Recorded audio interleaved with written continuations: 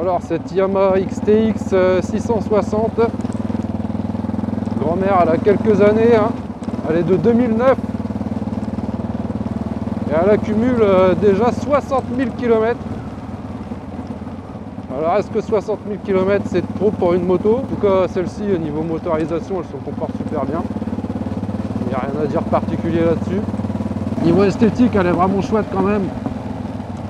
Pour une bécane de 2009, elle envoie du steak. Elle fait très agressive. Les carénages bleus bien typiques de chez Yamaha. Moteur qui est vachement imposant. Hauteur de selle qui l'est aussi. On n'est pas sur du full LED mais on a un bel éclairage. On est vachement visible vu que la moto est haute. Au niveau des clignotants, tout ça, il n'y a rien à dire. Dans la position de conduite, on est vraiment droit. Un peu comme sur une enduro. Par contre, tu vois, ça a énormément de relance. Hein.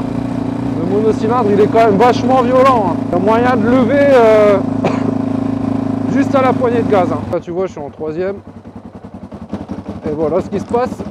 C'est vraiment désagréable. Et ça, c'est le problème du monocylindre. Il claque beaucoup sur cette moto. Quand tu arrives dans des virages à basse vitesse ou dans un rond-point, tu sais pas quel rapport te mettre. Deuxième, si tu as le malheur d'appuyer un peu trop sur la poignée de gaz, bah, tu t'envoles. Et troisième, elle claque de tous les côtés. Comme moi, quand j'arrive dans un rond-point, dans un virage, je suis un peu paumé. Bon, on va aller tester la voie rapide. On va voir comment ça se comporte sur la voie rapide.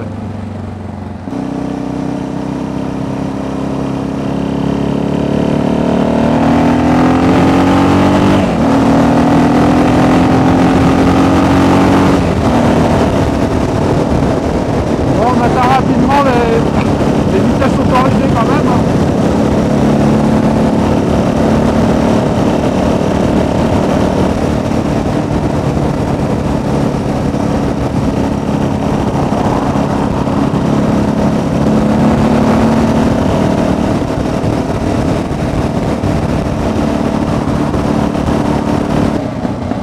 Bon, donc on quitte la voie rapide. Hein,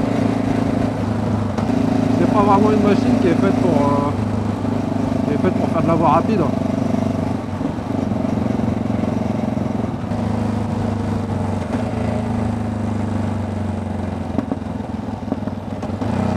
Oh putain, tu vois, par contre, pareil, quand tu rétrogrades, bah, t'as la roue arrière qui se bloque. Donc là, tu vois, je suis en deuxième, grand-mère, elle aime pas, elle a envie d'accélérer.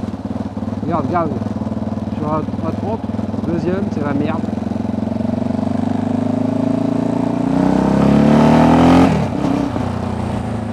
Je vais pas passer, j'aime pas.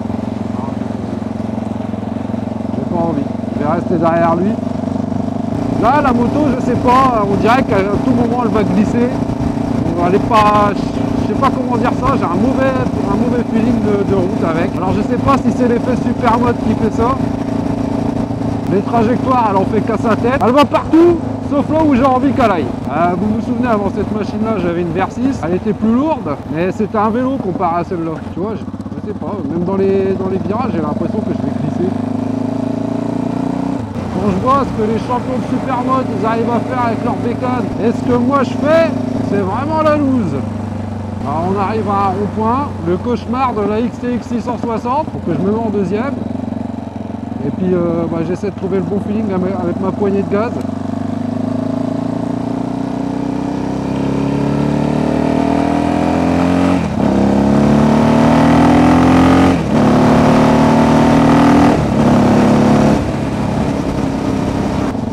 Alors si tu découvres cette vidéo pour te donner un avis sur la XTX 660, moi je t'invite à aller voir d'autres vidéos qui seront peut-être plus positives.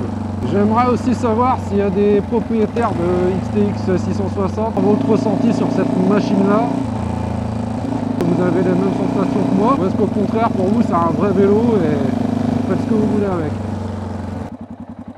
Un rayon de braquage qui est quand même pas trop mal. Tu vois, j'arrive même à caler.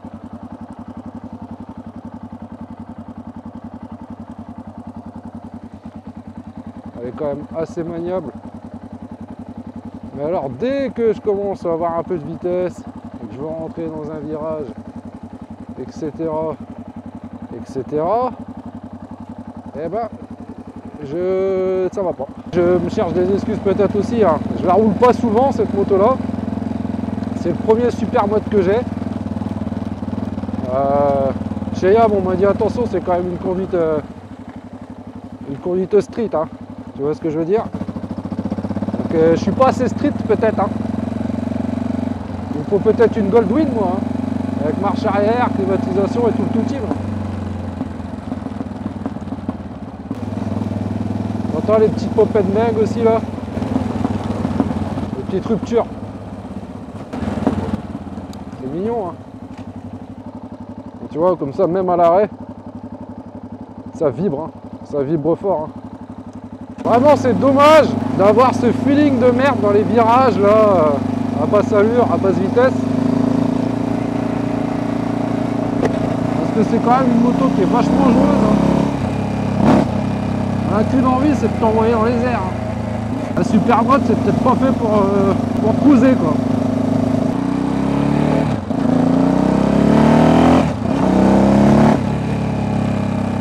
Par contre, on l'entend arriver, tu vois, les gens, ils se décalent, hein.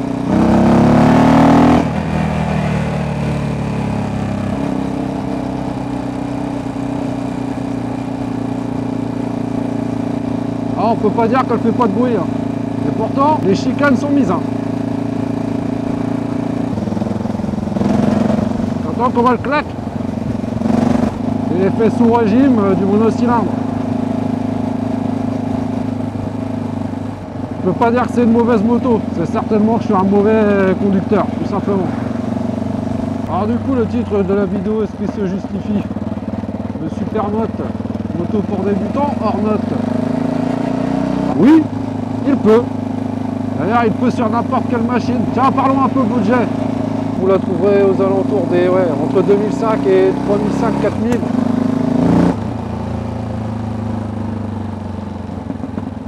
Je trouve que c'est quand même un bel investissement. Ça reste du Yamaha, c'est japonais, c'est qualité sûre. Peut-être que pour 1000 € de plus, vous aurez quelque chose de neuf, mais ce sera du Made in China's. Alors aujourd'hui, les China's, ça s'améliore. Et ce qui est surtout compliqué, c'est les réseaux de distribution. Même si aujourd'hui, par exemple, CF Moto, qui sont d'ailleurs présents dans les courses Grand Prix, donc avec des moteurs KTM bien entendu, mais la base c'est du CF Moto. La distribution en France, vous n'avez pas des concessionnaires CF Moto tous les 10 km, quoi, hein. Pour le prix, c'est une Yamaha. Elle est encore propre. Après, il faut s'habituer à la conduite. Je roule pas souvent avec. Alors, est-ce qu'après 500, 600, 700 km, je me sentirais plus à l'aise et j'aurais un autre aperçu de la moto? C'est possible aussi.